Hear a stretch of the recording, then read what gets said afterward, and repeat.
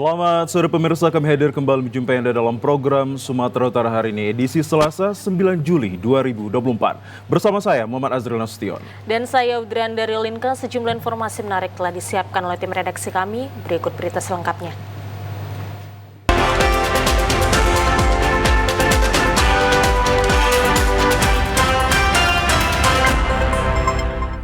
Pemirsa, di informasi yang pertama, Polda Sumatera Utara rilis hasil pengungkapan kasus kebakaran dan menangkap 2 pelaku eksekutor yang membakar rumah wartawan almarhum Riko Sempurna Pasaribu, istri, anak beserta cucunya. Misteri penyebab kebakaran rumah korban akhirnya terungkap. Hal tersebut disampaikan Kapolda Sumatera Utara Irjen Pol Agung Setia Imam Effendi saat konferensi pers bersama Pangdam 1 Bukit Barisan Maijen TNI M. Hasandi di halaman Mapolres Tanah Karo, bahwa 2 pelaku terekam CCTV di lokasi dan di sekitar saat kebakaran warung sekaligus tempat tinggal para korban almarhum Riko Sempurna Pasaribu di Jalan Nabung Surbakti, Kabanjahe, Kabupaten Karo 27 Juni lalu. Kedua pelaku mengendarai sepeda motor Matic sebagai barang bukti, serta kedua pelaku melakukan perjalanan di lokasi, baik saat survei di warung korban, memastikan kemudian eksekusi dengan menyemprotkan cairan BBM Pertalite yang dicampur solar di luar dan ke dalam warung korban. Penyidik juga menemukan botol bekas minuman mineral yang digunakan untuk wadah BBM tersebut. Metode Scientific Crime Investigation memadukan antara teknik prosedur dan teori ilmiah untuk mengumpulkan bukti dalam melawan kejahatan dan memenuhi kebutuhan hukum. Kesimpulan berdasarkan keidentikan dari berbagai sudut pandang disiplin keilmuan sehingga penyebab kebakaran ini dapat terungkap secara terang benderang. Kebakaran yang merenggut nyawa Riko Sempurna Pasaribu beserta keluarganya telah mengarah pada penangkapan Satreskrim Polres Tanah Karo terhadap 2 orang inisial R dan Y, 2 pelaku eksekutor pembakaran. Kasus ini masih dalam proses penyelidikan dan penyidikan lebih lanjut, serta fakta-fakta, motif, dan kemungkinan keterlibatan tersangka lainnya dalam kasus ini. Nah, itu prosesnya sampai mereka sebagaimana CCTV menangkap pergerakan mereka di lokasi. Mereka datang untuk mensurvei dulu, memastikan dulu, dan kemudian mengeksekusi dengan membakar atau menyemprotkan dulu 2 botol ini ke rumah korban. Kemudian dia melakukan pembakaran.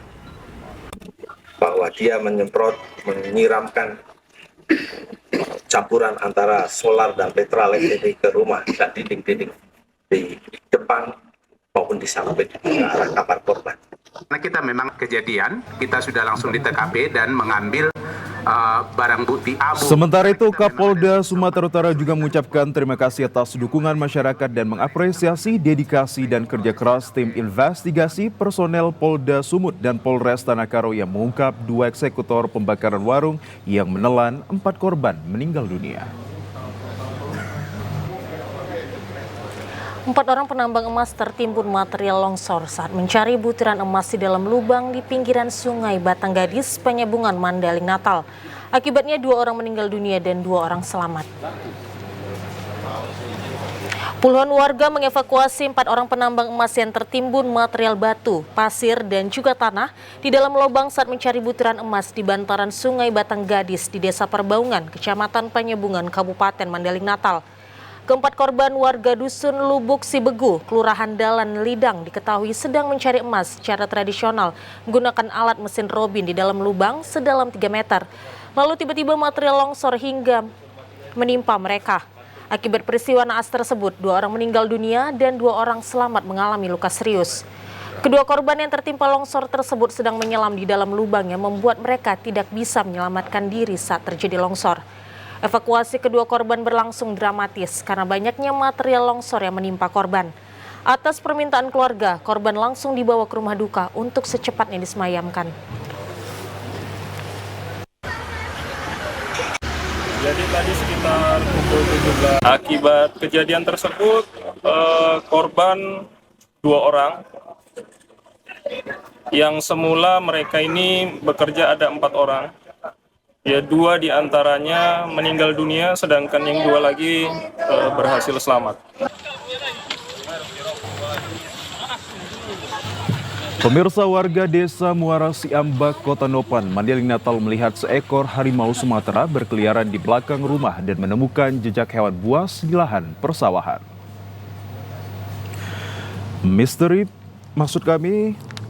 Sudah 1 tahun warga di 2 kecamatan di Kabupaten Mandailing Natal diresahkan kemunculan dan penemuan jejak harimau Sumatera yang berkeliaran di pemukiman dan lahan pertanian milik warga. Bahkan sudah beberapa kali hewan buas tersebut memangsa hewan ternak warga di Kecamatan Tambangan dan Kecamatan Kota Nopan. Hewan buas tersebut kembali menampakkan diri ke pemukiman warga di Desa Muara Siambak, Kecamatan Kota Nopan pada hari Minggu kemarin. Robi, warga Desa Muara Siambak, melihat seekor harimau Sumatera melintas saat ia beraktivitas di belakang rumahnya. Setelah melihat wujud hewan buas tersebut, Robi berlari ke dalam rumah menyelamatkan diri karena takut. Tak lama kemudian harimau Sumatera tersebut pergi ke arah lahan persawahan milik warga. Sebelumnya, Robi yang beraktivitas di belakang rumah ini mendengar suara kresek dari semak-semak di sekitar rumahnya. Karena penasaran, ia pun memastikan suara kresek tersebut yang berjarak 5 meter. Tiba-tiba hewan buas tersebut keluar menampakkan diri. Ini kan ditengoknya langsunglah kelihatan harimau itu besar. Panik lah kita, langsung lari ke dalam itu. Dari situ nggak kelihatan lagi gitu larinya kemana kan. Kalau di perkiraan masuk ke sini dia langsung masuk ke trotoar sini lah, pas coran-coran sini. Lantaran lewatnya ke sini dia langsung pinggir-pinggir lah, lewat pinggir-pinggir sini kan. Sementara itu, Forkopimcam Kota Nopan yang mendapatkan informasi langsung melakukan observasi ke lokasi untuk memastikan jejak hewan buas tersebut. Warga berharap petugas BKSDA secepatnya menangkap harimau Sumatera tersebut. Satuan Reserse Kriminal Polres Pelabuhan Belawan menggerebek sebuah rumah yang dijadikan tempat bermain judi jenis meja tembak ikan di Kompleks Marelan Point, Medan, Sumatera Utara. Selain mengamankan 2 unit meja ikan-ikan, petugas berhasil mengamankan 3 orang pemain dan 1 wanita yang menjadi gadis koin. Dalam penggerebekan yang dilakukan Satuan Reserse Kriminal Polres Pelabuhan Belawan di kawasan Kompleks Marelan Point, Kelurahan Rengas Pulau, Kecamatan Medan Marelan, Kota Medan, petugas berhasil mengamankan 3 orang pria yang tengah bermain judi. Selain itu, petugas juga mengamankan seorang wanita penjaga yang biasa disebut gadis koin di lapak judi tersebut karena bekerja sebagai pemberi koin bagi para pemain judi. Dalam penggerebekan, petugas juga berhasil menyita 2 unit mesin judi jenis tembak ikan dan membawa barang bukti ke Mapolres Pelabuhan Belawan. Kapolres Pelabuhan Belawan AKBP Janton Silaban mengatakan, penggerebekan lokasi judi tembak ikan ini atas laporan masyarakat yang resah dengan maraknya praktek judi secara terang-terangan di kawasan tersebut. Melakukan perjudian apapun juga. Orang pelaku tindak pidana perjudian atau 303 KUHP, dan salah satunya ada perempuan yang berperan sebagai anak koin yang TKP-nya di Rengas Pulau, Komplek Marelan Point, Kecamatan Medan Labuhan. Berhasil kita amankan beberapa meja tembak ikan, judi tembak ikan, dan beberapa ratus ribu uang hasil tukar koin. Kini seluruh pelaku yang ditangkap ditersangkakan melanggar pasal 303 KUHP pidana dengan ancaman penjara maksimal 4 tahun. Personil Satreskrim Polres Pelabuhan Belawan tengah memburu pemilik lokasi judi yang identitas dan keberadaannya telah dikantongi oleh petugas. Pemirsa, kami ajak Anda ke sorotan lainnya. 5 orang nelayan asal Langkat terombang-ambing selama 22 jam di Selat Malaka perbatasan Indonesia-Malaysia. Para nelayan ini berhasil diselamatkan kapal pengangkut kontainer setelah petugas gabungan Basarnas Medan Ditpol Airut Polda Sumut mengevakuasi para korban. 5 orang nelayan asal Kecamatan Brandan, Kabupaten Langkat, yakni Isa Ansari, nahkoda kapal, Musin, Ridwan, Anhar, dan Azrin, anak buah kapal, terombang-ambing selama 22 jam di perairan Selat Malaka, perbatasan Indonesia-Malaysia. Beruntung kelima nelayan tersebut diselamatkan kapal pengangkut kontainer MV Max Kinzui, rute Singapura, Bangladesh. Selanjutnya dievakuasi oleh petugas gabungan Basarnas Medan, Ditpol Airut Polda Sumatera Utara, dan KSOP Belawan. Ombaknya masuk, mesin mati. Jadi lebih kurang pukul 19 itu kejadian kami. Tenggelam gitu, nggak bisa ngapa-ngapain. Hanya timbul hanya fiber, pelampung-pelampung itulah yang timbul. Itulah yang bisa kami selamatkan, yang bisa membantu kami untuk ngapung. Lebih kurang 1 hari 1 malam. Dari pukul 19 sampai pukul 15.20 esoknya.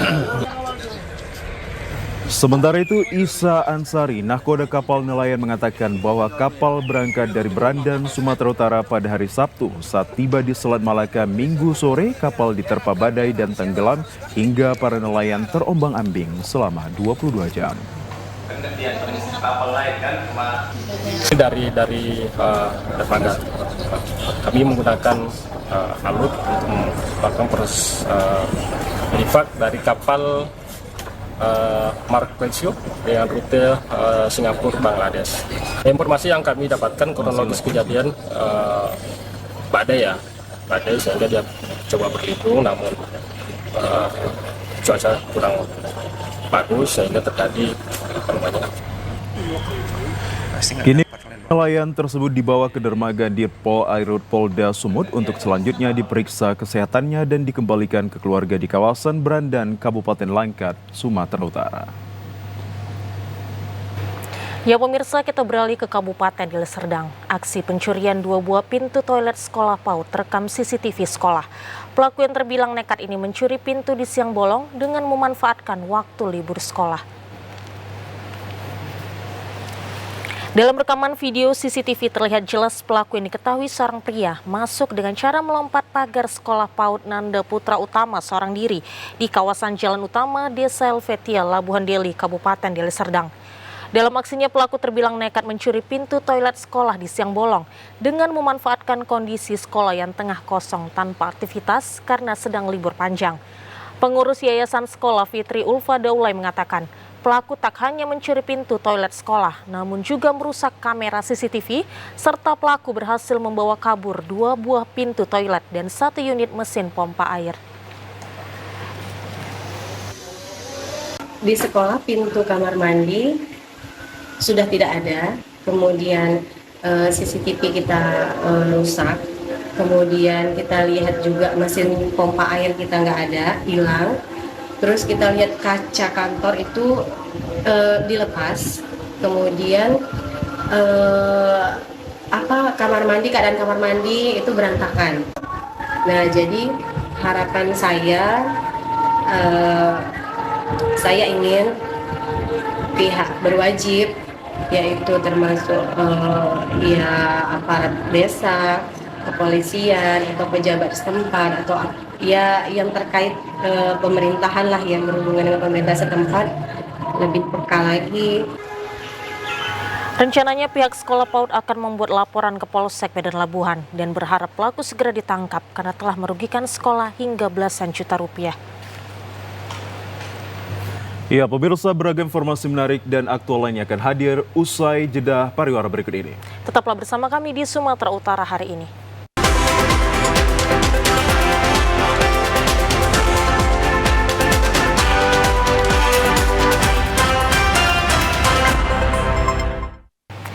Ya pemirsa, terima kasih masih bersama kami di Sumatera Utara hari ini. Pemirsa, Menteri Politik, Hukum, dan Keamanan Hadi Cahyanto menyebutkan untuk mensukseskan Pilkada 2024 mendatang, sinergitas antara instansi harus semakin kuat.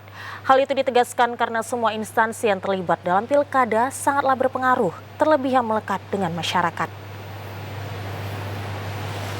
Menteri Polhukam Hadi Cahyanto bersama Mendagri Tito Karnavian menghadiri rapat koordinasi kesiapan penyelenggaraan Pilkada Serentak 2024 di Ballroom Regal pagi tadi.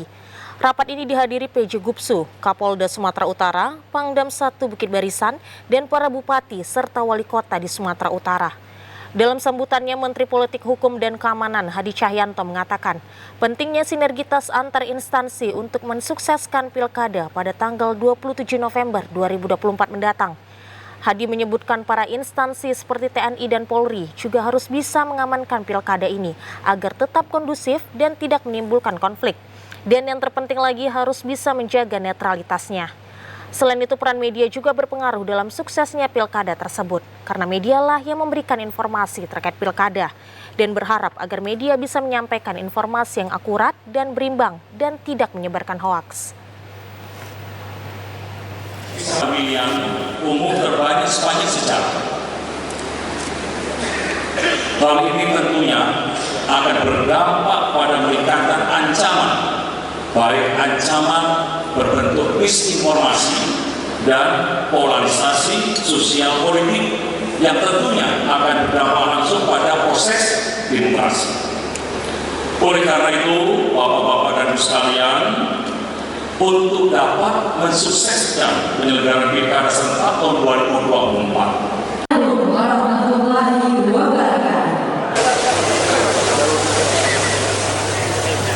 Pemirsa, pejabat Gubernur Sumatera Utara Agus Fatoni sambut kedatangan Menteri Koordinator Politik, Hukum dan Keamanan Indonesia dan Menteri Dalam Negeri saat tiba di Bandara Kuala Namu Internasional Deli Serdang kemarin.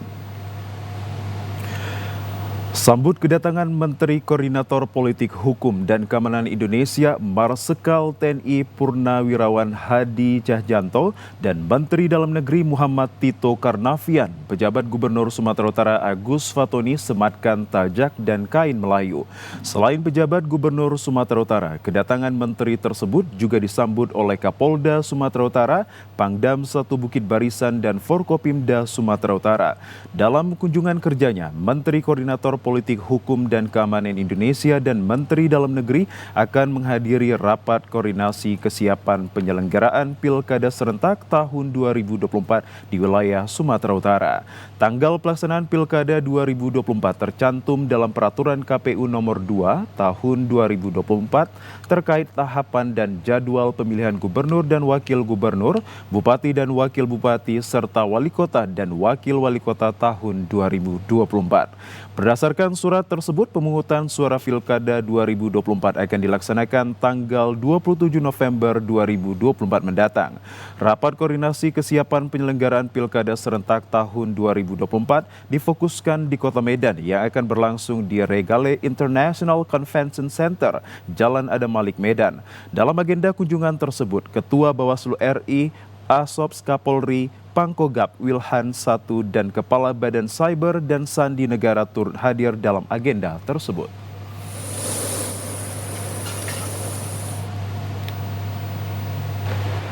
Ya pemirsa, Sekretaris Daerah Sumut Arief Sudarto Trinugroho melepas ribuan peserta BPMPD Badan Musyawarah Perbankan Daerah BPMPD Medan Run di Jalan Imam Bonjol, Kota Medan kemarin. Pelaksanaan BMPD Medan Run merupakan bagian dari rangkaian kegiatan Gerakan Bangga Berwisata di Indonesia GBBWI dan Gerakan Bangga Buatan Indonesia GBBI 2024. Pelepasan seribuan peserta BMPD Medan Run yang disaksikan Deputi Bank Indonesia Sumut Yura Jalins dan Dim 0201 Medan dan unsur pimpinan dari sejumlah perbankan. Adapun rute Medan Run sejauh 5 km itu, yakni Jalan Imam Bonjol Letjen Suprapto, Grupa Timpus Maulana Lubis, dan finish di Lapangan Benteng. Sedangkan kategori 10 km, Jalan Imam Bonjol Letjen Suprapto, Grupa Timpus Gatot Subroto, Iskandar Muda, Gajah Mada, S. Parman Sudirman, Pangeran Diponegoro, Kapten Maulana Lubis, dan finish di Jalan Imam Bonjol. Sekda Sumut Arief Sudarto Trinugroho mengatakan, mengapresiasi pelaksanaan BPMPD Medan Run dan mengharapkan kegiatan ini tetap dilanjutkan dan dijadikan sebagai program tahunan. Arief juga mengapresiasi antusias masyarakat yang cukup tinggi mengikuti semua rangkaian dari awal hingga akhir. Sementara itu, Ketua Panitia BPMPD Medan Run 2024, Adrianta Starigan mengatakan, tujuan event ini digelar agar Kota Medan memiliki lomba lari berstandar nasional dan tidak ketinggalan dengan kota besar lainnya di Indonesia. Diharapkan juga event BPMPD Medan Run ini dapat menjadi event yang memiliki standar, baik dari pra-race, race, dan after race, serta dapat terus berlangsung di tahun-tahun berikutnya. Kita beralih ke informasi lainnya, pemirsa. 6 rumah semi permanen di kawasan Jalan Bersama Medan Tembung ludes terbakar. Api diduga berasal dari korsleting arus listrik.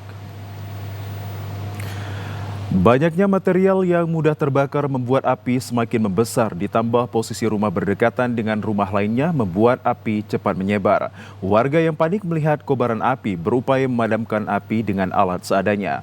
Petugas pemadam kebakaran gabungan Deli Serdang dan Kota Medan yang tiba di lokasi langsung melakukan pemadaman api, namun kondisi lokasi objek yang terbakar telah rata dengan tanah. Mendengar laporan dari masyarakat ada kebakaran di jalan bersama lingkungan 11 terkait dengan kebakaran tersebut. Kemungkinan asal api dari rumah warga itu masih dalam penyelidikan oleh pihak kepolisian. Selanjutnya kabar tersebut kita sampaikan ke Dinas Pemadam Kebakaran Kota Medan dan diturunkan 6 unit pemadam kebakaran datang ke lokasi. Sementara itu tak hanya 6 bangunan rumah semi permanen, 1 unit mobil yang terparkir di garasi salah satu rumah juga ikut terbakar. Tidak ada korban jiwa dalam peristiwa kebakaran ini, namun kerugian diperkirakan mencapai ratusan juta rupiah. Sekolah Kajian Strategik dan Global Universitas Indonesia menyelenggarakan kegiatan workshop dengan pembinaan peningkatan kapasitas kelompok tani dan BUMDes di Desa Raya, Kecamatan Brastagi, Kabupaten Karo. Workshop yang dilaksanakan di lokasi wisata Taman Seribu Bunga, Badan Usaha Milik Desa atau BUMDes Desa Raya Kecamatan Brastagi, Kabupaten Karo oleh Prodi Kajian Pengembangan Perkotaan dan Wilayah Universitas Indonesia yang sesuai kegiatan pengabdian masyarakat. Dihadiri oleh para pelaku wisata, petani, dan UMKM Desa Raya. Workshop pembinaan dalam mempromosikan produk unggulan seperti pada Festival Bunga dan Buah yang telah sukses diselenggarakan pada 4 hingga 6 Juli lalu. Talkshow pertama dengan tema mengenai pembangunan desa wisata yang dapat mendukung kegiatan pariwisata nasional. Kedua, bimbingan peningkatan kapasitas kelompok tani dan BUMDes Desa Raya dalam mempromosikan produk unggulan yang disampaikan oleh stakeholder Direktur BUMDes Desa Raya. Kepala Dinas Kebudayaan Pemuda dan Olahraga serta Pariwisata Kabupaten Karo, Munarta Ginting menuturkan, penghasil bunga di Kabupaten Karo yang terkenal adalah Desa Raya. Juga memiliki lokasi wisata Taman Seribu Bunga yang menakjubkan dengan panorama eksotis yang dikelilingi Gunung Sibayak dan Gunung Sinabung serta perbukitan. Pengelolaan dan promosi harus dengan SDM yang mandiri, profesional, agar dapat menjadi desa wisata yang bersih, aman, dan juga nyaman. Ketua Pusat Riset Perkotaan dan Wilayah KPPS-KSG Universitas Indonesia, Lita Sari Barus menyampaikan bahwa BUMDes yang profesional dan mandiri perlu peningkatan kapasitas kelompok tani dan BUMDes Desa Raya melalui kerjasama antara kelembagaan masyarakat dan juga pemerintahan desa, kabupaten, provinsi, serta pusat. BUMDes Desa Raya merupakan lembaga ekonomi desa yang mempunyai peran penyeluruh dalam proses perjalanan ekonomi desa. Jadi kami mengapresiasi sekali karena kehadiran teman-teman dari Universitas Indonesia bisa mengangkat kembali keinginan dan hasrat dan kemauan dari masyarakat untuk lebih giat lagi mempromosikan desanya, karena sebenarnya kita juga desa wisata raya ini menjadi desa unggulan kita, di mana yang selama ini Taman Seribu Bunga yang dikelola oleh Badan Usaha Milik Desa Desa Raya Kecamatan Brastagi Kabupaten Karo ini merupakan daerah tujuan dari masyarakat yang berwisata ke Kabupaten Karo. Jadi sebenarnya kalau kita konversikan, kegiatan ditutup dengan bantuan alat-alat pertanian sederhana, benih bunga, sayur, dan juga buah. Serta diharapkan dapat meningkatkan semangat masyarakat, anggota BUMDes Desa Raya agar semakin kreatif dan juga kolaboratif dalam pembangunan desa. Kita ketahui dalam Festival Bunga dan Buah Kabupaten Karo sudah menjadi agenda wisata nasional. Nah, untuk bunganya, Desa Raya merupakan penghasil bunga yang sangat populer di Kabupaten Karo. Oleh karena itu, kita perlu dukung pembangunan desa ini menjadi lebih baik.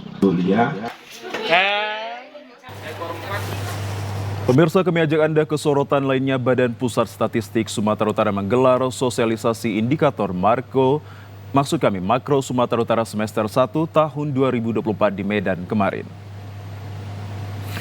Sosialisasi yang dibuka Kepala Bagian Umum Badan Pusat Statistik Sumatera Utara Rahmat Gustiar diikuti perwakilan organisasi perangkat daerah Provinsi Sumatera Utara, perwakilan Bank Indonesia, perwakilan Direktorat Jenderal Perbendaharaan, para kepala BPS Kabupaten Kota Sesumut, dan perwakilan masyarakat.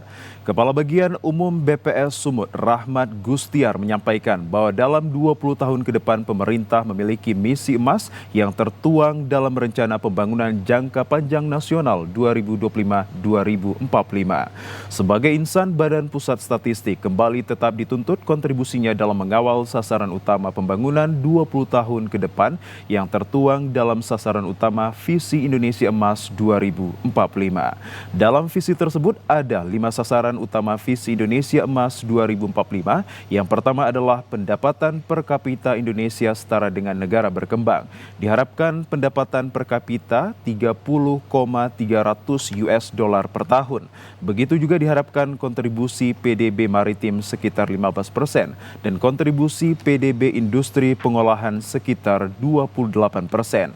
Visi yang kedua adalah diharapkan kemiskinan menuju 0% dan ketimpangan berkurang. Ketiga, meningkatnya kepemimpinan dan pengaruh di dunia internasional yang ditandai dengan masuknya Indonesia dalam 15 besar dunia Global Power Index. Keempat, daya saing sumber daya manusia meningkat yang ditandai dengan indeks modal manusia sebesar 0,73 poin. Dan visi kelima adalah intensitas emisi gas rumah kaca menurun menuju net zero emissions. Di pedesaan malah mencapai 30%. Coba bayangkan, kalau beras tidak terkendali harganya, masyarakat kesulitan, sehingga akan membuat goyang itu garis kemiskinan, pendapatannya tidak juga nambah-nambah, ya dipastikan ya kemiskinan. Satu lagi saya titip pesan, utamanya kepada eksternal untuk terus menjaga stabilitas harga pangan, ya, utamanya beras, ya, distribusinya kita jaga dan kembali ya tentunya harganya. Yang positif. Ya pemirsa, sebanyak 318 jamaah haji asal kabupaten dari Labuhan Batu tiba di stasiun kereta api Ranto Prapat pada Senin sore. Kepulangan jamaah disambut secara langsung oleh Pemkab Labuhan Batu, unsur Forkopimda dan sanak keluarga. Dengan menggunakan jasa transportasi kereta api Indonesia, ratusan jamaah haji yang tergabung dari kloter 13 asal Kabupaten Labuhan Batu pada Senin pagi pada pukul 6 waktu Indonesia Barat tiba di Bandara Kuala Namu dan langsung menuju Asrama Haji Medan. Selanjutnya 318 jamaah haji ditambah 8 orang petugas haji yang pulang dari Tanah Suci Mekah ini disambut secara langsung oleh pemerintah Kabupaten Labuhan Batu dan Forkopimda Kabupaten Labuhan Batu beserta para sanak keluarga yang menunggu di halaman parkir stasiun kereta api Ranto Prapat. Kakan Kemenak Kabupaten Labuhan Batu, Asbin Pasaribu menyampaikan rasa syukurnya kepada Allah Subhanahu wa Ta'ala dan juga rasa terima kasihnya kepada petugas haji yang telah memberikan pelayanan kepada seluruh jamaah haji asal Labuhan Batu, yang dimana jemaah haji yang tergabung dalam kloter 13 ini yang berjumlah 318 jamaah dan 8 orang petugas haji kembali dalam keadaan sehat walafiat tanpa ada satupun yang kurang sedikit pun. Tiba di Labuhan Batu kondisinya semua jamaah sehat dan tidak ada yang mengalami wafat dan sakit juga tidak ada sakit yang berarti. Jadi keterangan ini kami sampaikan juga bahwa jamaah haji tiba di Asrama Haji Medan tepat pada pukul 6 pagi. Nah, jadi kita bawa melalui moda transportasi PT KAI sampai di Ranto Prapat. Ya, pemirsa, informasi dari Kabupaten Batubara akan hadir usai jeda pariwara berikut ini. Tetaplah bersama kami di Sumatera Utara hari ini.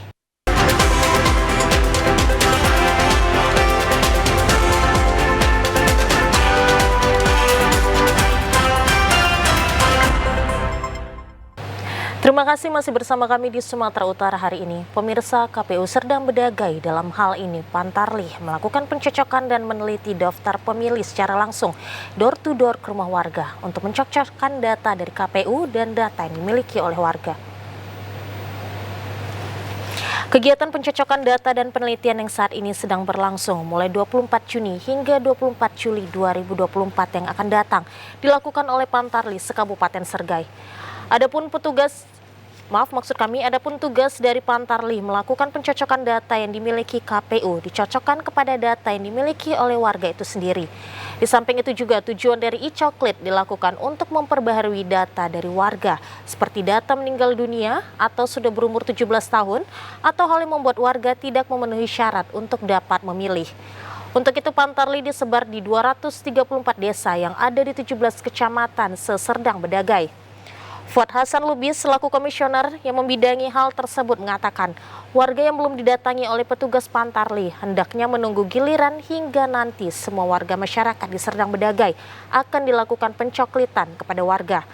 Pada saat itu data yang telah dihimpun Pantarli untuk dipakai sebagai daftar pemilih untuk Pilkada serentak pada November 2024 yang akan datang. Untuk mengupdate atau memperbarui data pemilih itu sendiri. Apakah sudah ada yang meninggal dunia, apakah sudah ada yang 17 tahun, atau hal-hal yang membuat pemilih itu tidak memenuhi syarat. Atau juga kita juga menerima pemilih baru apabila belum terdaftar di dalam daftar pemilih kita. Dan data inilah nanti yang akan kita pergunakan sebagai pemilih dalam Pilkada serentak tahun 2024 ini. Pemirsa, proses pencocokan dan penelitian coklit data pemilih kepada pemilihan umum kepala daerah Pilkada serentak tahun 2024 di Kabupaten Batubara telah mencapai 68%. Guna memastikan proses coklit yang dilakukan petugas pemutakhiran data pemilih atau Pantarli berjalan lancar, Komisi Pemilihan Umum KPUD Batubara melakukan peninjauan langsung ke lapangan diantaranya di Desa Bandar Rahmat, Kecamatan Tanjung Tiram. Untuk menuju ke Desa Bandar Rahmat, tim yang dipimpin Ketua KPUD Batubara Erwin harus menumpang ojek perahu dari Pelabuhan Tanjung Tiram karena untuk menuju ke Desa Bandar Rahmat tidak dapat diakses melalui jalur darat. Dalam peninjauan tersebut, tim melihat langsung proses coklit ke rumah-rumah warga. Hal tersebut dilakukan untuk memastikan semua warga yang masuk dalam data penduduk potensial pemilih pemilu atau DP4 tidak terlewat untuk dicoklit. Ketua KPUD Batubara Erwin mengaku ada sejumlah kendala dalam proses coklit seperti warga yang tidak berada di rumah saat akan dicoklit, sehingga petugas Pantarli harus beberapa kali mendatangi rumah warga tersebut. Kendala tentu ada, tapi masih bisa kita atasi ya dengan teman-teman penyelenggara tingkat bawah, baik itu BPK, PPS, dan juga teman-teman Pantarli ya bahu-membahu ya untuk melakukan pencocokan dan penelitian data pemilih ini. Apa kira-kira kendala utama? Kendala utama ya seringkali kita ketika datang ke rumah warga ini yang pemilih kita yang kita tuju kadang tidak berada di rumah, ada yang merantau. Sementara itu, anggota Badan Pengawas Pemilu Bawaslu Batubara Muhsin Khalid yang ikut serta dalam peninjauan tersebut mengatakan pihaknya tetap melakukan pengawasan proses coklit agar sesuai dengan prosedur yang telah ditentukan. Kita pastikan pada hari ini melakukan pengawasan melekat terhadap Pantarli yang melakukan pencoklitan ini hari, bahwa Pantarli memang meminta KTP, kemudian meminta tanda pengenal lain seperti KK untuk memastikan apakah memang nama dan NIK yang terdata di DP4 itu benar-benar memang sudah menepati pada proses pencocokan dan penelitian di pemilih untuk Pilkada di tahun 2024 ini. Proses coklit data pemilih untuk Pilkada serentak tahun 2024 akan berlangsung hingga 24 Juli 2024. Selanjutnya, KPU Batubara akan menetapkan daftar pemilih sementara atau DPS. Akibat warga tidak berada di rumah karena sedang bekerja atau melakukan aktivitas yang menyebabkan para petugas Pantarli di Kota Pematang Siantar mengalami kesulitan untuk melakukan proses pencoklitan. Selain tidak berada di rumah, seringnya kurang baiknya sinyal internet saat akan melakukan proses pencoklitan juga menjadi salah satu kendala yang dihadapi oleh para petugas Pantarli. Divisi Hukum dan Pengawasan KPU Kota Pematang Siantar, Roy Marsen Simarmata, saat memantau kinerja para petugas Pantarli di lapangan menyebutkan, sebelum menjalankan proses pencoklitan, KPU Kota Pematang Siantar menyerahkan segala perlengkapan logistik yang dibutuhkan petugas Pantarli, yakni berupa seragam, topi, stiker, serta logistik lainnya yang dibutuhkan untuk proses pencoklitan. Kesulitan Pantarli ini memang kadang yang sering kita hadapi adalah di setiap rumah kadang tidak ada orangnya, sehingga Pantarli kami harus terus mendatangi sampai diperoleh informasi yang pasti terkait penghuni di rumah tersebut. Kalau logistik terkait memang Pantarli dibekali dari topi, kita lihat ada bed nama maupun rompi dan stiker yang untuk kita tempel. Nanti kita pilkada, Bu. Meski sering mengalami kendala di lapangan, para petugas Pantarli Kota Pematang Siantar ini tetap semangat untuk menjalankan tugas melakukan pencoklitan data pemilih agar tahapan pilkada serentak tahun 2024 ini dapat berjalan sesuai dengan jadwal yang telah ditentukan. Pemirsa, KPU Kota Binjai mentargetkan pelaksanaan coklit pilkada serentak tahun 2024 di Kota Binjai akan selesai pada hari Jumat mendatang. Ratusan petugas Pantarli di Kota Binjai hingga hari ini terus melakukan pencocokan dan penelitian atau coklit ke rumah warga yang tercatat dalam daftar pemilih potensial. Sesuai data dari Kemendagri, jumlah pemilih potensial di Kota Binjai mencapai 220.367 orang pemilih dengan jumlah TPS mencapai 394 TPS. Pelaksanaan coklit oleh petugas Pantarli juga didampingi oleh petugas PPS dan petugas pengawas pilkada tingkat kelurahan desa. Pelaksanaan coklit ini juga dimonitoring oleh Komisioner KPUD Binjai dengan turun langsung bersama petugas Pantarli untuk dapat mendata warga ke rumah masing-masing. Selain melakukan coklit, petugas juga melakukan sosialisasi kepada warga terkait pelaksanaan pilkada serentak 27 November 2024 mendatang. Komisioner KPU Binjai Divisi Rendatin Amri Siregar menyatakan hingga hari ini Selasa 9 Juli 2024 proses coklit pemilih di Kota Binjai telah mencapai 79%. Dirinya mentargetkan seluruh proses coklit di Binjai akan selesai pada hari Jumat mendatang. Para Pantarli yang dimonitor oleh KPU terkhusus kepada PPK dan PPS saat ini mencoklit para tokoh-tokoh yang kiranya bisa untuk meningkatkan daya partisipasi untuk pemilih agar lebih kita fungsikan tokoh-tokoh ini pemahaman terhadap apa itu coklit dan untuk partisipasi masyarakat maksimal dalam untuk menggunakan hak pilihnya pada pemilihan gubernur, wakil gubernur, wali kota dan wakil wali kota khususnya untuk di Kota Binjai. Ya pemirsa, kita beralih ke Kabupaten Toba. Pada musim panen kali ini, harga padi di Kabupaten Toba melambung tinggi. Yang dimana dalam beberapa bulan terakhir, harga padi mencapai sekitar Rp7.600 per kilogramnya. Menurut salah seorang pedagang padi, Sudin Panjaitan, harga tersebut dipicu akibat kurang baiknya keadaan cuaca pada musim tanam kemarin. Sudin menjelaskan bahwa sebelumnya harga padi pada musim panen tahun lalu di sekitaran harga Rp5.400 per kilogramnya. Kini pada musim panen padi di daerahnya, harga pun naik begitu signifikan. Menjelang panen raya, biasanya harga padi kering mengalami penurunan. Harga kembali mengalami kenaikan usai panen raya. Kalau petani dapat menahan padi kering, lebih untung menjual beberapa bulan usai panen raya di Toba. Namun untuk beberapa bulan kemudian stok padi kering di Toba diprediksi akan jauh berkurang sesuai kebutuhan dan memungkinkan akan perlu didatangkan dari luar daerah. Kenaikan harga ini diikuti dengan kenaikan harga beras yang dimana harga beras mencapai Rp14.000 per kilogramnya, naik dari harga sebelumnya yang berada di angka Rp13.000 per kilogram. Harga sekarang Rp82.000 per kalengnya dalam istilah Toba gitu. Satu kaleng itu 11,5 kilo. Jadi harga ini udah termasuk tinggi dibandingkan dengan panen tahun kemarin. Di Toba ini sendiri kalau kita lihat hasil panen itu sebenarnya belum selesai semua. Kita perkirakan mungkin masih ada kira-kira 30-40% lagi. Ya, pemirsa merasa dibohongi selama 17 tahun, ratusan warga desa Batu Sondat, Mandeling Natal berunjuk rasa di depan kantor perusahaan perkebunan kelapa sawit PT PN 4, menuntut realisasi lahan plasma yang belum disediakan pihak perusahaan. Ratusan warga desa Batu Sondat, Mandeling Natal melakukan long march sejauh 3 km menuju kantor perusahaan kelapa sawit PT Perkebunan Nusantara 4 Regional 2. Warga yang didominasi para emak-emak ini berunjuk rasa menuntut kejelasan atas lahan plasma seluas 1.200 hektar yang hingga 17 tahun terakhir belum direalisasikan dari pihak tersebut. Sejumlah pengunjuk rasa yang didominasi emak-emak ini menangis histeris karena merasa selalu dibohongi oleh pihak perusahaan.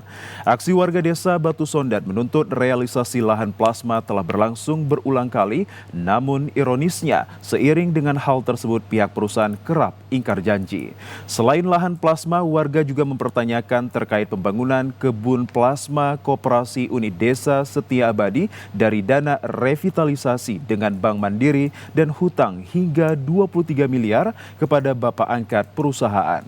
Warga juga mempertanyakan harga tandan buah segar kelapa sawit yang jauh di bawah harga dari Disbun. Karena tak menemukan titik terang atas tuntutannya, warga akhirnya mematok sendiri lahan perusahaan dan meminta pihak perusahaan tak melakukan aktivitas apapun di lahan yang telah dikuasai oleh warga. Di lahan yang kami duduki nanti tidak ada aktivitas, Pak. Baik itu panen, baik itu aktivitas-aktivitas yang lain. Diharapkan selaku manajemen, Bapak tahan karyawan atau pekerja Bapak agar tidak beraktivitas di lahan yang kami maksud. Kita akan ambil, kita akan tuntut apa yang...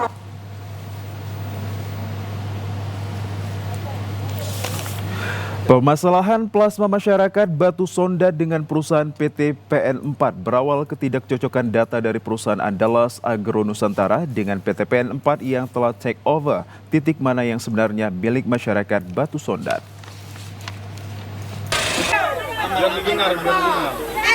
Izin lokasi ya. Nah, ini kan tentu beda. Titik mana yang sebenarnya menjadi plasma dan titik mana yang menjadi inti gitu. Nah, inilah yang perlu dimediasikan sebenarnya. Ini yang perlu dimediasikan, titik terangnya di mana kan gitu. Jadi semua di sana kami harap nanti bisa terungkap semuanya. Dan di sana kan hadir juga dari pihak Pemkab. Tentu pihak Pemkab juga punya data. Ini bisa disondingkan nanti. Ya pemirsa, berikut informasi perakiraan cuaca di sejumlah daerah di Sumatera Utara dari Badan Meteorologi, Klimatologi, dan Geofisika Wilayah 1 Medan yang berlaku pada hari Rabu 10 Juli 2024.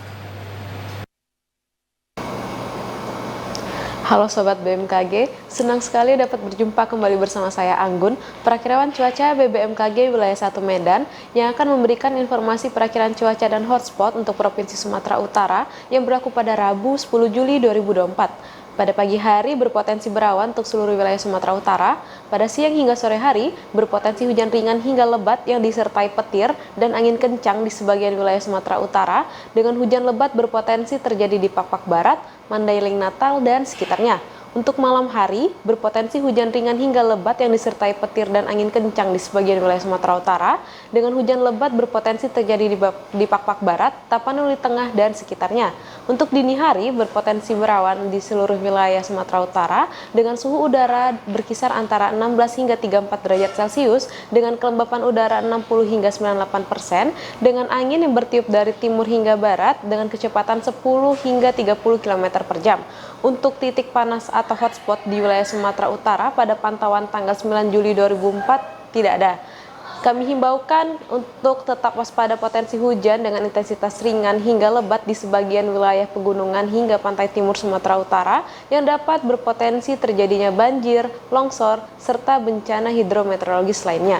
Demikian informasi yang dapat saya sampaikan, semoga bermanfaat. Terima kasih dan sampai jumpa. Pemirsa, informasi dari BMKG tadi sekaligus menutup perjumpaan kita dalam program Sumatera Utara hari ini. Kami ucapkan terima kasih atas kebersamaan dan juga perhatian Anda. Saya Muhammad Azhar Nasution. Dan saya Udranda Rolin. Kami ucapkan terima kasih atas perhatian Anda. TVRI Media Pemersatu Bangsa. Sampai jumpa.